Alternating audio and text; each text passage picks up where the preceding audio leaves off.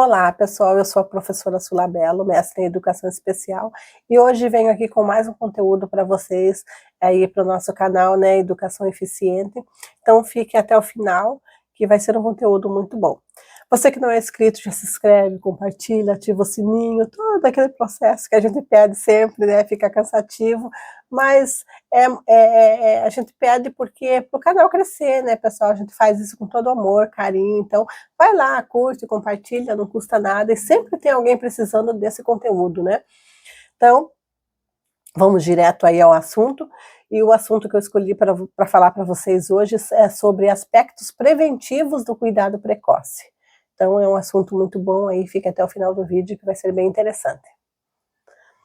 Então, uma vez analisado a detecção e encaminhado a criança, né, para o atendimento necessário, chega o momento da avaliação. É aí que entra a atuação da equipe de avaliação. É um grupo de profissionais. Então, tem vários profissionais aí engajados nessa tarefa, né, que vai ser até chegar a um diagnóstico final. A princípio, trabalhamos com suspeita. Então, é a suspeita da existência de um transtorno ou algo fora do normal, né? Por isso é fundamental começar a levantar um diagnóstico bem amplo. Então, por que todos esses profissionais? Porque você não vai fazer alguma coisa assim do nada, né? E já dar um diagnóstico. Não, vai ter que ter várias etapas, vários testes, vários profissionais envolvidos, né, até chegar a um diagnóstico final, um diagnóstico verdadeiro, onde possa ser feito aí um tratamento, né, com mais eficiência. Então, é visto aí que normalmente o problema apresentado por uma criança que frequenta o serviço de avaliação é múltiplo, né? Atinge diferentes áreas. Então, essas áreas são o quê? São, por exemplo, fatores genéticos, aspectos de saúde, problemas psicoafetivos, e fatores condicionantes, né, aí contextuais. Então, quando eu falo contextuais, por que contextuais? Porque essas crianças, elas podem até vir com as mesmas deficiências, mas elas vêm de contextos diferentes. Então, o contexto familiar de uma criança para outra é totalmente diferente, o contexto social de uma criança para outra é totalmente diferente. Então, nós não podemos aplicar esses mesmos testes. Lógico que temos aquelas perguntas básicas, aqueles testes básicos, mas nem o teste não pode ser aplicado da mesma maneira para todas as crianças. Então, como nós temos crianças de contextos diferentes, nós também vamos ter que fazer aí testes diferentes, né, para cada criança. Portanto, o diagnóstico na atenção primária deve contemplar os campos, em vários campos, né, que é, por exemplo, o biológico, psicológico, social e educacional, e requer colaboração de profissionais de diferentes áreas. Por exemplo, aí nós englobamos aí a área de medicina, psicologia, pedagogia e ciências sociais, né? Essas equipes são compostas por profissionais da área de psicologia, psicopedagogia, psicomotricidade, deixa eu ver se eu não esqueço nenhum aqui, pessoal, fisioterapia, fonoaudiologia, terapia ocupacional, educadores de educação especial, assistente social, neuropsiquiatras e, depois do diagnóstico, os médicos reabilitadores, né? Então, aí vocês viram que tem vários profissionais envolvidos, né, várias áreas profissionais envolvidas até chegar a um diagnóstico. E depois do diagnóstico tem esses médicos reabilitadores ainda que vão entrar para o desenvolvimento dessa criança. Queríamos nós, né, que encontrássemos todos esses profissionais num lugar só, mas infelizmente não é possível. Temos aí os Centros de Desenvolvimento Infantil e Primeiros Cuidados, onde você encontra vários profissionais, né, desses que foram citados aqui, você encontra vários profissionais lá, mas ainda não encontramos todos esses profissionais num lugar só. Então, temos aí ainda um longo caminho para um dia, quem sabe, ter o máximo de profissionais num ambiente só, né, para que essa logística também seja melhor para os pais, né. Então, nos últimos anos tivemos um desenvolvimento considerável sobre educação especial e educação inclusiva, mas ainda estamos longe aí de alcançarmos o nosso objetivo, né. As organizações internacionais, como a Assembleia Geral da ONU, em 2002, se comprometeram aí a vários itens, né, que facilita aí, né, o tratamento, né, os programas para que essas crianças sejam inseridas lá e consigam desenvolver mais. Eu até tirei um pedacinho aqui, vou ler para vocês, vou pegar aqui o meu, que já está difícil a leitura sem os óculos, então vamos lá. Então diz assim, ó, formular e aplicar políticas e programas nacionais de desenvolvimento infantil na primeira infância para promover seu desenvolvimento integral, físico, social, emocional, espiritual e cognitivo. Então vocês viram aí que tem vários itens, né, que foi colocado nesse documento. Então, o objetivo desses programas o direito das crianças é um bom começo de vida, né? Nós temos aí direitos humanos, né, que abrange aí todas as pessoas, mas também nós temos todos os cidadãos, mas também nós temos o direito da criança e do adolescente, e nós temos os direitos das crianças e adolescentes com necessidades especiais. Então aí nós estamos bem amparados, mas ainda falta muito para esse desenvolvimento assim, ocorrer com uma eficiência, com uma porcentagem, né, bem maior. Então depois também tivemos o relatório mundial sobre deficiência, publicada pela OMS, que foi já em 2011, e apresenta medidas destinadas a melhorar a acessibilidade, igualdade e oportunidade.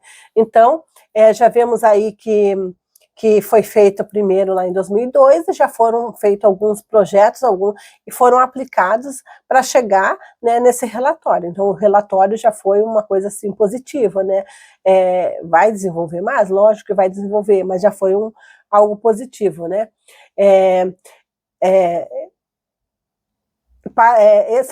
Esses programas foram apresentados medidas, né, destinadas para melhorar a acessibilidade, igualdade e oportunidade, promovendo a participação e inclusão e reforçando o respeito pela autonomia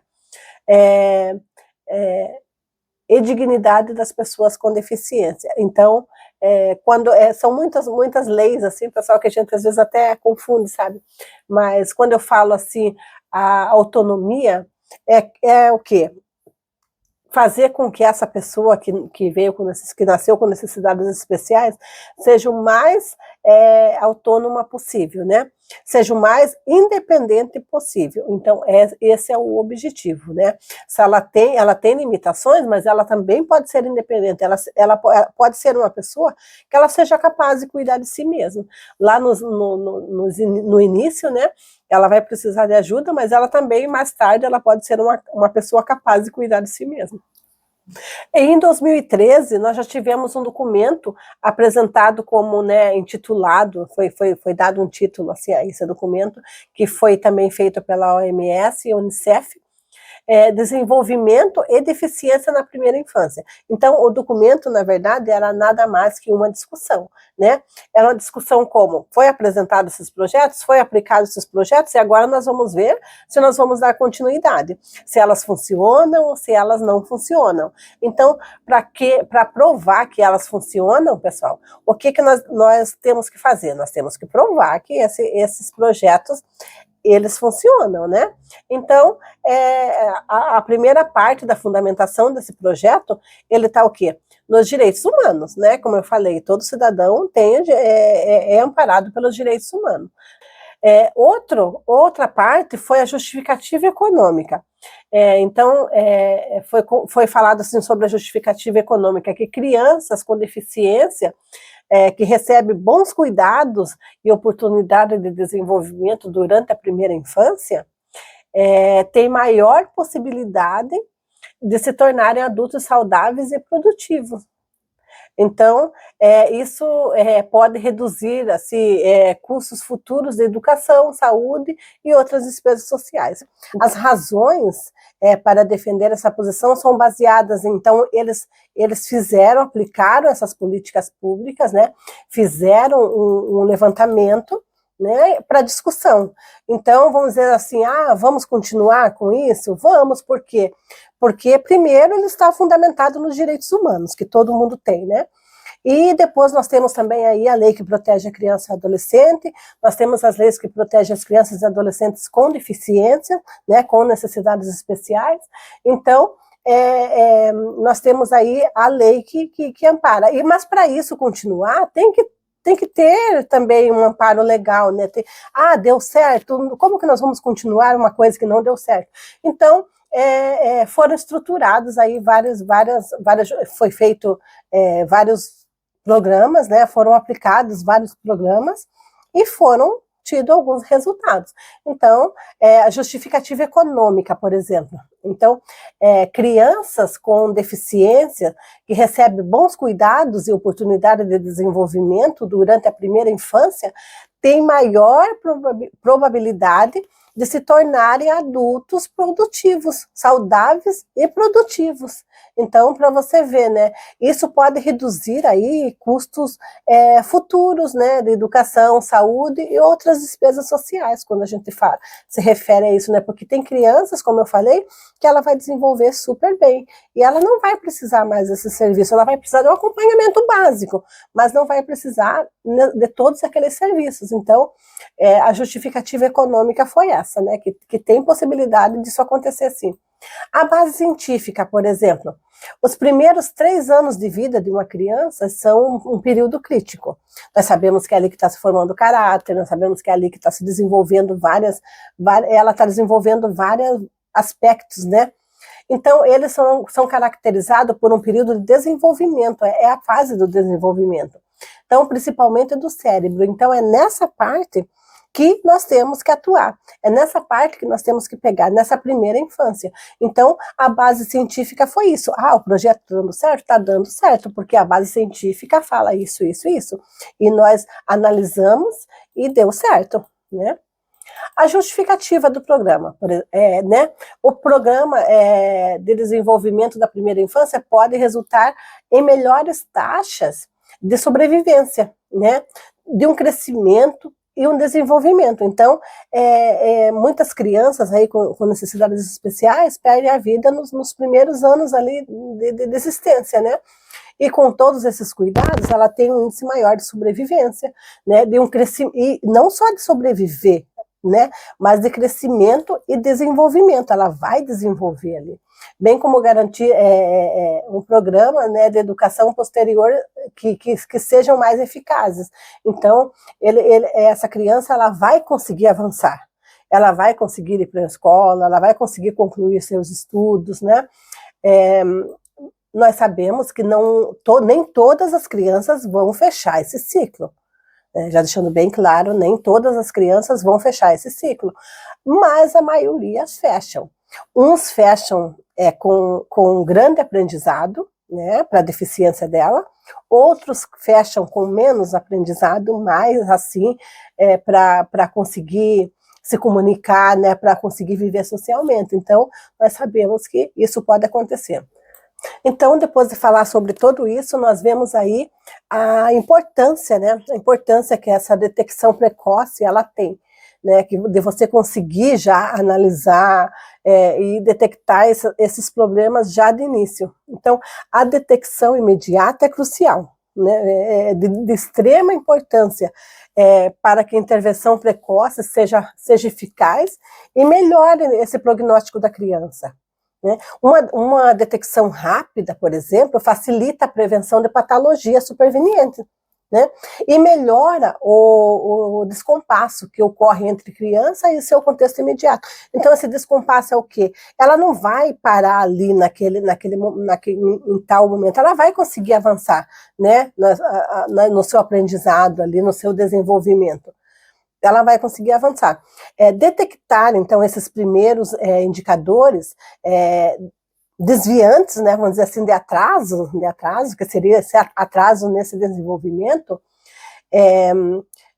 justamente quando eles estão ocorrendo, né, antes que esses problemas sejam estruturados. Então, depois que esses problemas já afetou várias partes ali, vários, né, Claro que tem, né? Porque tem pessoas que são diagnosticados aí adultos já e conseguem também fazer o tratamento, mas não consegue avançar como uma criança que foi detectada lá no início, né? Então, quando eles estão ocorrendo ali ainda, quando eles estão no início, né? Antes que o problema seja estruturado, como algumas síndromes que nós temos aí, né? Então, considerando um dos desafios mais importantes enfrentados pelos profissionais, né, de todas essas áreas que eu falei, a detecção do processo é complexo, que afeta não apenas profissionais capacitados, né? Não afeta só isso, mas também instituições e serviços de saúde, educacionais e sociais. Por que eu falo isso? Porque nós temos aí uma demanda baixa, né, de profissionais, que muitas vezes as pessoas são encaminhadas para para uma consulta, nem é para um tratamento, para uma consulta, para um exame, para fazer esses testes, e demoram aí vários meses, porque nós não temos profissionais, demanda de profissionais para todas as pessoas que precisam, né? Então, isso aí relacionado aos serviços de saúde. Educacionais, por quê?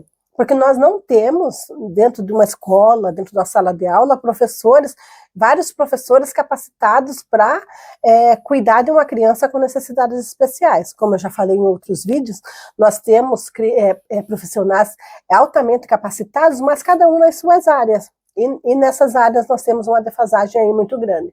E sociais relacionados aos programas sociais que deveriam ajudar essas crianças, né? Então nós temos aí então esses 3 itens, serviços de saúde, educacionais e sociais que muitas vezes deixam a desejar. Então, nesse processo de detecção, por exemplo, de crianças temos aí um exemplo, vamos pegar aqui um assunto que é bem comentado também, que é crianças com transtorno de espectro do autismo, né, o TEA, como as pessoas falam. A média de idade, por exemplo, a média de idade é de suspeita, porque primeiro, como eu falei lá no início do vídeo, nós temos suspeita, né? Então, a média de idade de suspeita é em torno de 22 meses. Então, é aí que ela está começando a desenvolver e os pais começam a analisar alguma diferença nessa criança. Então, aqueles pais que são mais antenados, que são mais ligados, que no desenvolvimento da criança, eles já vão perceber que alguma coisa não está normal. Principalmente aqueles pais que já tiveram outros filhos, né, que tiveram desenvolvimento normal, por exemplo, já vão ficar atentos. Não, mas no meu primeiro, nem todas as crianças são iguais, mas nessa parte de desenvolvimento, geralmente elas fazem quase a mesma coisa, quase uma repetição, né? Então eles já vão ficar atentos a isso. Ó, não aconteceu assim com o meu primeiro filho, eu acho que tem alguma coisa de errado. E você vai dizer assim, não, mas alguns vão dizer assim, não, mas isso é birra de criança. Então, como você saber quando é birra e quando é crise, por exemplo, né? Isso também vai ser assunto para próximos vídeos, mas, então, as primeiras suspeitas são em torno dos 22 meses. 22 meses são aí 1 ano e 10 meses, né? A criança já está sabendo fazer várias coisas, então é nesse momento que os pais começam a perceber, né? E dessa suspeita que os pais tiveram até levar num primeiro atendimento, que seria um clínico geral, né? E esse clínico geral encaminhar para um especialista, é em torno de 26 meses. Então vocês viram que aí já se passaram 4 meses. Né? Só nessa primeira abordagem já se passaram 4 meses. E o primeiro diagnóstico que assusta assim, é que o primeiro diagnóstico específico vai sair só lá pelos 52 meses. Então vocês viram o longo caminho que tem que percorrer, né? Por quê? Porque não é só você suspeitar de uma coisa, mandar para um profissional, o profissional manda para outro e fez um diagnóstico. Não, vocês viram quantos profissionais estão envolvidos até chegar a um diagnóstico final, né? Quantos profissionais essa criança vai ter que passar por quantos profissionais, por quantos testes, né? Para não fazer um diagnóstico errado e essa criança começar um tratamento e daqui a pouco descobrir que não é isso e ter que voltar à estaca zero. Então, vocês viram aí que é um longo caminho, né? Então, assim, nós falamos, né? E isso é tão demorado, né? Mas por que isso é tão demorado? Tem pais que se perguntam, nossa, por que isso é tão demorado? Tudo deveria ser mais rápido, com mais agilidade. Então, para realizar essa detecção, né, precoce e eficaz, não é só fazer um diagnóstico eficaz, né? Várias áreas devem ser atendidas.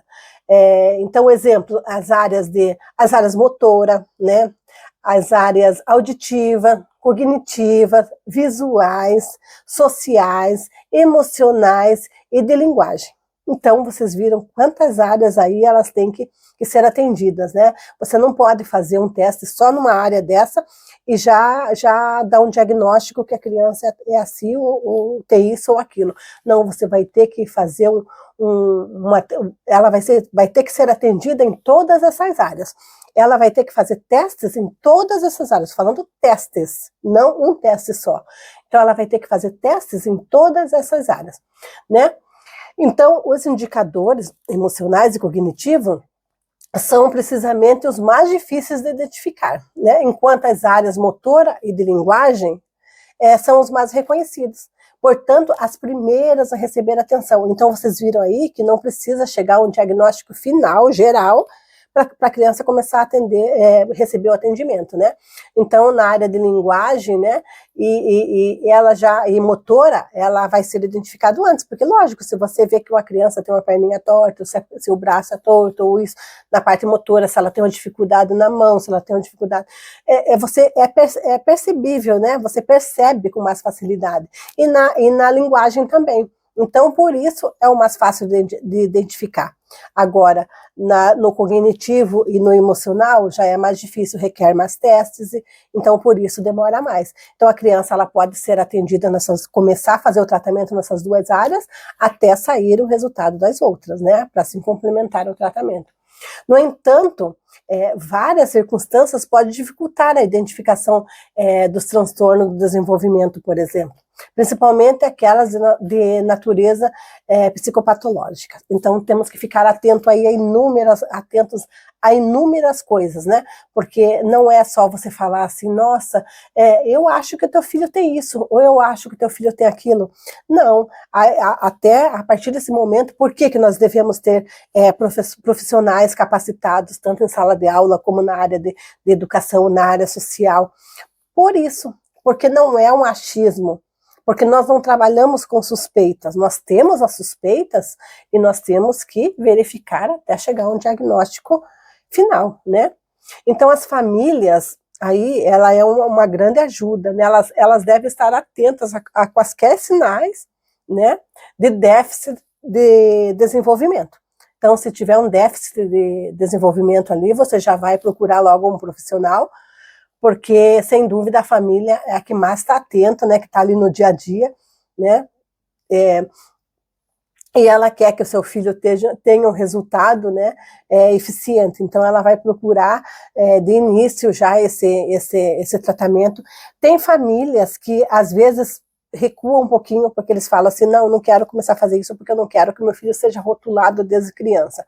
Então, também isso é um processo. Eu já fiz um vídeo aqui, eu vou deixar para vocês o link aqui, sobre as fases, né, as fases que os pais têm depois que recebe o diagnóstico. Então, essa parte da aceitação, ela também está nesse vídeo. Então, é bom vocês darem uma olhadinha lá, que vocês vão entender todo esse processo, desde que você recebe o diagnóstico até a aceitação e você procurar o tratamento para o seu filho.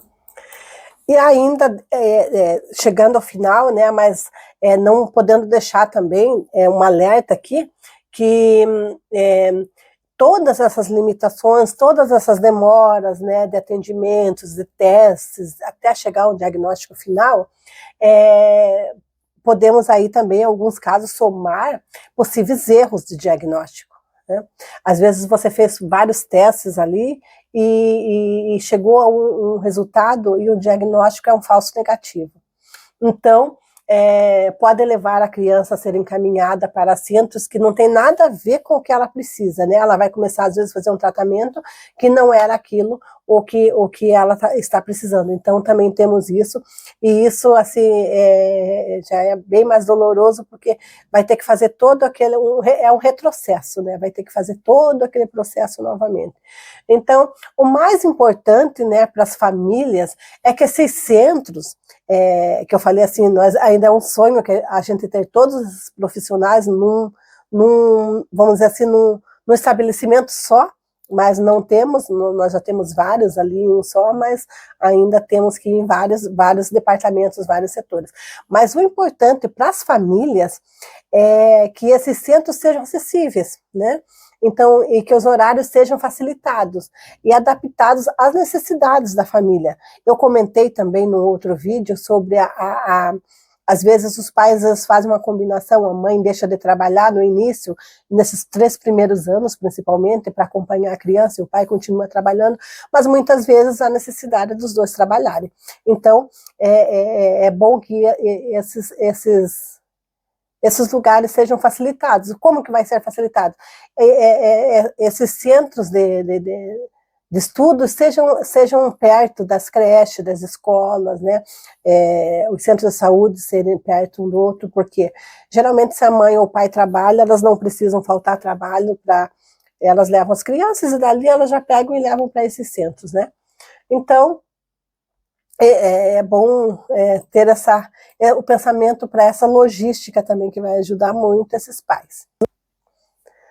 Então, esse foi o conteúdo de hoje, pessoal. Eu espero ter ajudado de alguma forma, né? Que esse é o objetivo do canal, ajudar vocês de alguma forma, que esse conteúdo chegue até alguém que precisa, né? Então, por isso que eu peço aí mais uma vez para você se inscrever, compartilhar, né? Pessoal, esses vídeos dão um trabalho para fazer, então vai lá, dá uma forcinha, curte, né? Compartilha, se inscreve, ativa o sininho, né? Obrigada a você que assistiu até aqui.